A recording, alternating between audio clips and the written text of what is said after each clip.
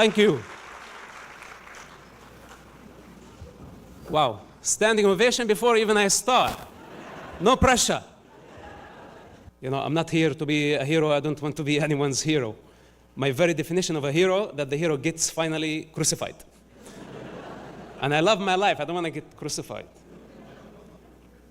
There is no true hero who doesn't die for the people.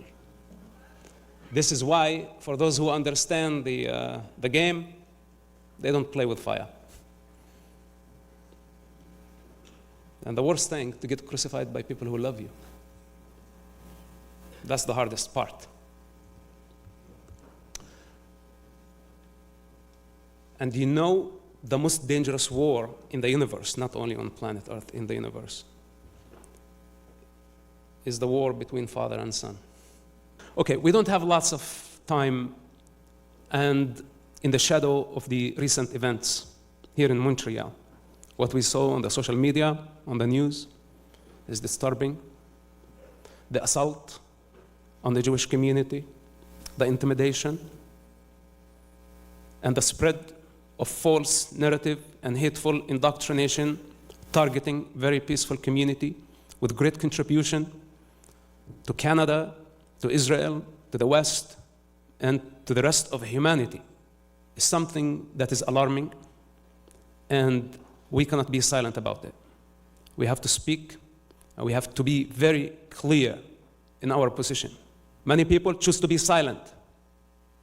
This is not the time to be silent, especially when we are witnessing the rise of, I don't want to say Nazism, because I don't want to insult the Holocaust survivors.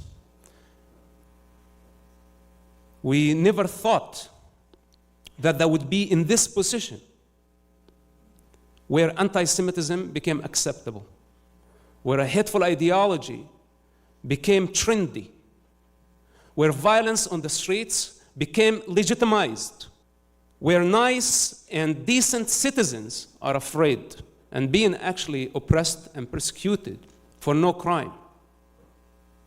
Today we were canceled from the university because of intimidation. Slowly, we are submitting to their violence. Back in the day, about 37 years ago, exactly in December 8, 1987, when the first Palestinian Intifada started, they start chanting, from the river to the sea, resistance, Intifada. It sounded romantic, and many people joined the cause, not realizing what would happen 37 years later. Women, men, families, children, everybody in that doomed society called the Palestinian Society, they agreed on violence. They legitimized violence. And there was no wise man to say that violence is a dead end. And the irony that people like my father, for example, they lived an amazing life prior to the first Intifada. They were able to travel everywhere. Economy was amazing. We did not have checkpoints. We did not have violence. Life was perfect. And look at them and what they did. 37 years in the making. They turned Gaza into rubble. That's their creation. And I wish they would admit that they did something wrong. I wish they take responsibility for their failing strategy, adapting violence, sacrificing children for political and financial gain. Pure evil. A culture that I disagreed with. And my reward was death sentence. Imagine when my father, under the social pressure to please the society, to go along with the agreeable, he told them, "This is not my son. you can kill him. I will not come after you. His blood is halal. Sacrifice his own son for non-existential Palestine, Islam, Allah, all of that, conceptions, idols. And what was my crime? Only because I said no to suicide bombing attacks, targeting people indiscriminately. Not only Jews were killed during the suicide bombing attacks.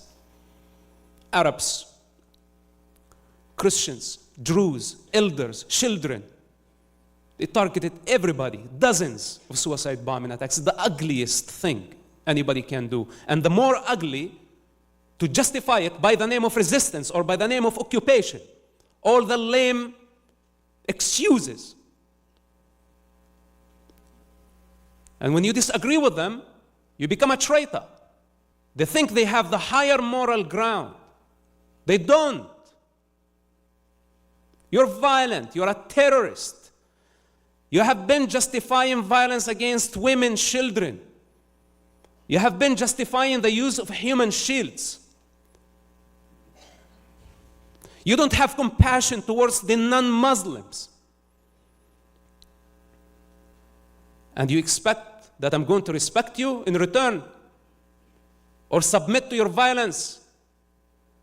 And if I speak out loud, I get criticized by the hypocrite mediocres all the time in imposture. They want to teach me something about life and about human cruelty. They don't understand the Middle East. They don't understand the law of the desert. They don't understand tribalism. And when someone stands in the face of this destructive current, knowing what is going to be the outcome, they go after him. I don't understand the people of the free world. What is this? The Canadian government, they couldn't just outlaw the pro-Palestine movement? Is it too hard to understand? We have been saying this for so long. I did not start on October 7th or October 8th. How many times I came here? How many times I advised the public and the governments? But they don't listen. They are all compromised. They are criminals. And they are not servants of the people. I was here just a few days ago, or a few weeks ago, and the first thing, when I arrived, I see the Palestinian flag. I remember, it was 9/11 anniversary. And they were waving a symbol of hate, proudly. And nobody did anything about it. 2 days later, they were in front of the hotel, protesting. And they have been catching momentum. And nobody's doing anything about it. Threatening our way of life, our freedom, and accusing us of things that they have been doing. Genocide, colonialism, occupation, ethnic cleansing. They have been doing this for 1,400 years. And people here in the West start buying the narrative. And I say false narrative lead to violence. They are connected. And the problem, this type of delusional people, they cannot see the origins of their suffering. They create it. They are the architects of their own misery. But then they come on blaming the innocent people who didn't have anything to do with it. Like, for example, the destruction of Gaza. Whose responsibility is that? And today, they want also to blame the Jewish people worldwide, and they went on a Jewish hunt. What is this? When are they going to do something about it? Why do we have the police? Why do we have the army? People don't feel safe. When I walk down the streets, they recognize me. And I made a promise that I will never hide. And I am an individual, I'm not organization. I cannot afford having security detail over my head around the clock. I cannot do this. We cannot afford it. We're normal people. And I want to walk freely in my city. When I left Ramallah, I said, goodbye Ramallah, and goodbye violence, and goodbye this death culture. I thought I came to a safe place. And I lost all my security. I said, take everything. I don't want anything from you.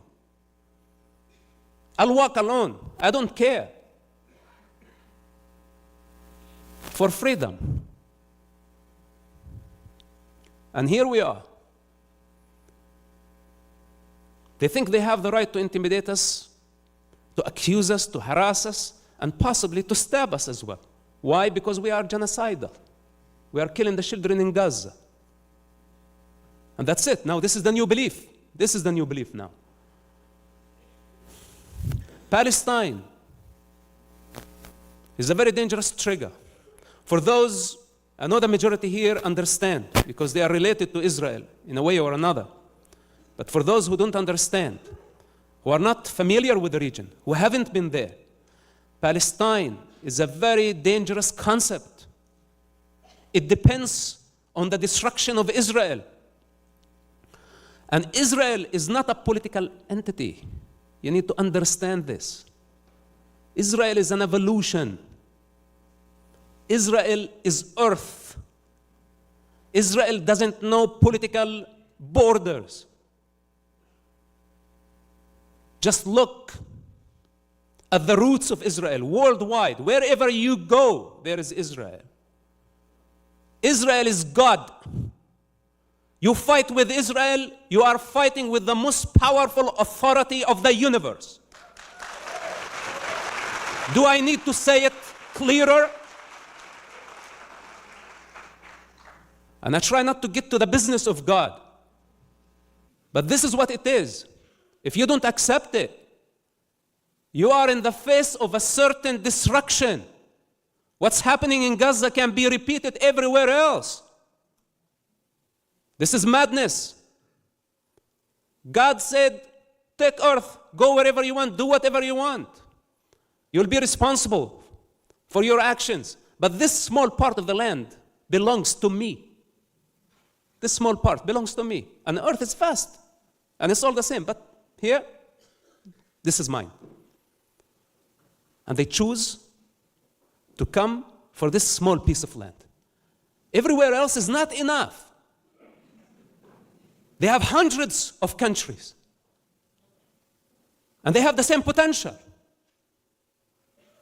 And I don't understand why they're insisting to come after Israel, to spread their hatred. It's insanity. And we have now this new league of communists and Islamists and feminists and Hamas rapists, all of them chanting free, free Palestine. Stop chanting free, free Palestine. It's not a hostage in my backyard. Decent citizens say free, free the hostages.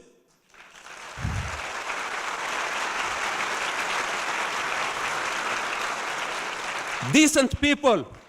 But instead of choosing humanity, they choose a concept, a black hole that depends on destruction. While we have people, only God knows what they are going through. And also, free, free. They want free, free stuff.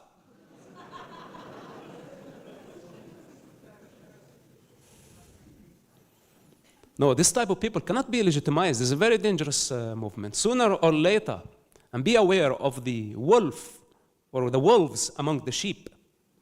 Those are the ones that you need to worry about. The Muslim Brotherhood. The Muslims generally, I'm not here to speak against a group, but I wish that they qualify as a religion to begin with. They don't. It's not even a religion. It's a totalitarian system that does not have regard to any other belief system. It does not tolerate. It's violent towards all non-Muslims. And the Jewish hatred is rooted in their religion. You don't have to speak about it, but I have no other choice because I know their religion, I know their Quran, I know their belief system. And we must tell them that this is not acceptable.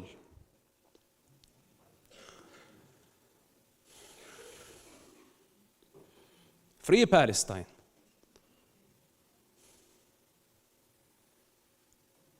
It was only a colonial entity. It was never a sovereign country. And Palestinians are not people.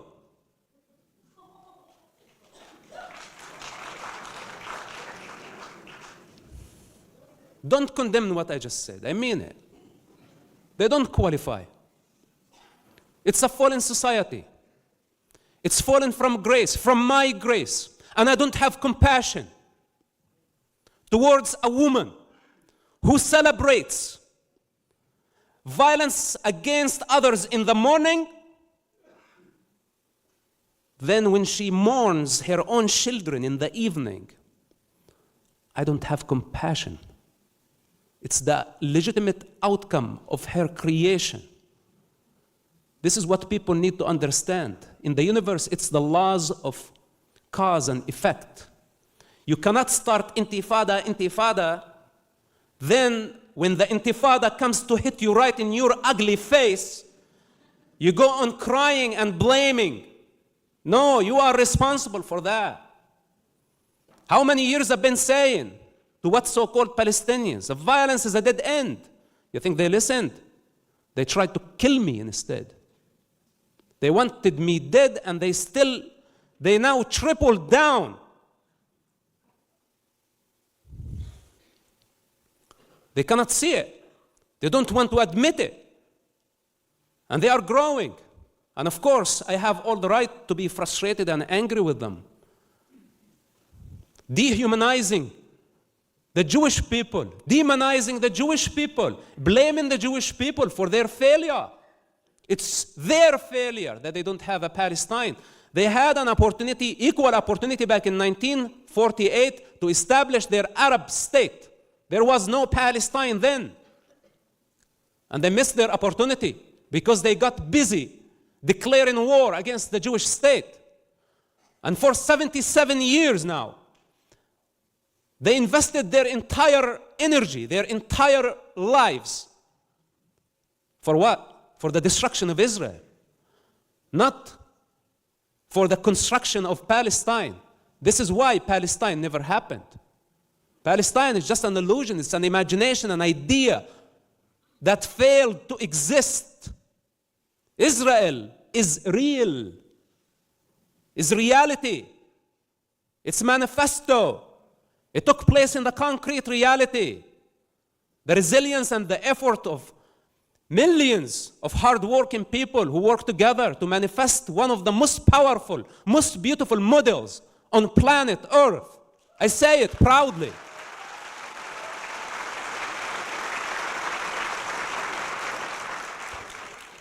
So these people, they are not ethnicity or individuals or whatever, criminals or terrorists or gangs. They are all divided. They don't have leadership. They don't have moral compass. Nobody can satisfy their ambition.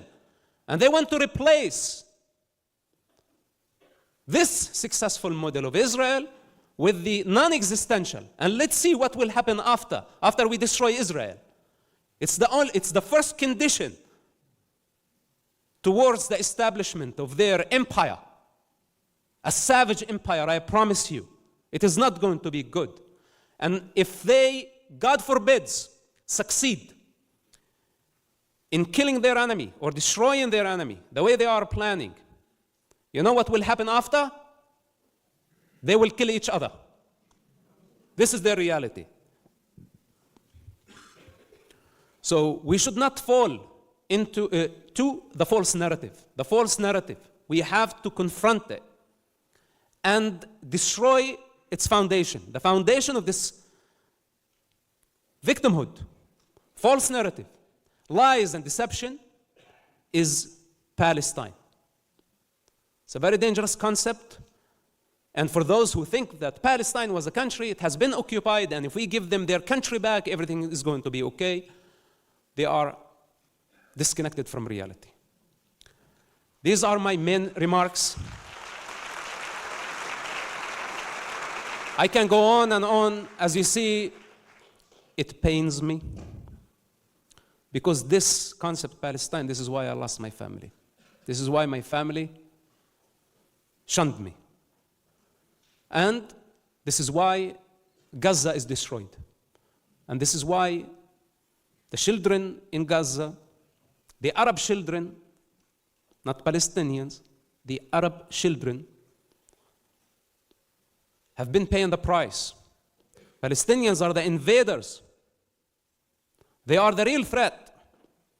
The biggest mistake the international community, when they pressured Israel in Oslo to bring tens of thousands of terrorists carrying their AK-47s back to Ramallah, to Bethlehem, to the most sacred areas in Judea and Samaria. They empowered them. They allowed them in. They invaded us. They tortured us. They killed our people. They are corrupted. They did not help us. And whenever they needed money, they sent children to be sacrificed. This has been their strategy. And the world, on one hand, want to support their indoctrination, the Palestinian indoctrination. On the other hand, they want to complain when children die. And I say, the more you support Palestine, the more children will die. It's as simple as that. Arab and Jewish children. So please know the difference, for those who don't know the difference. I am an Arab. Arabian is an ethnicity. Arabs and Jews can get along. Israel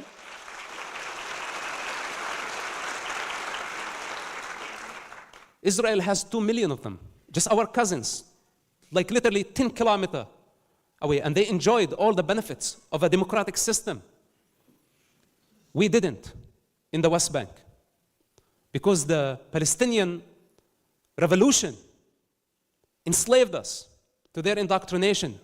And I'm longing for the day that the Arab children of the West Bank and Gaza will have their freedom back. Their freedom from Palestinians, the real invaders who want to enslave and destroy and loot and rape.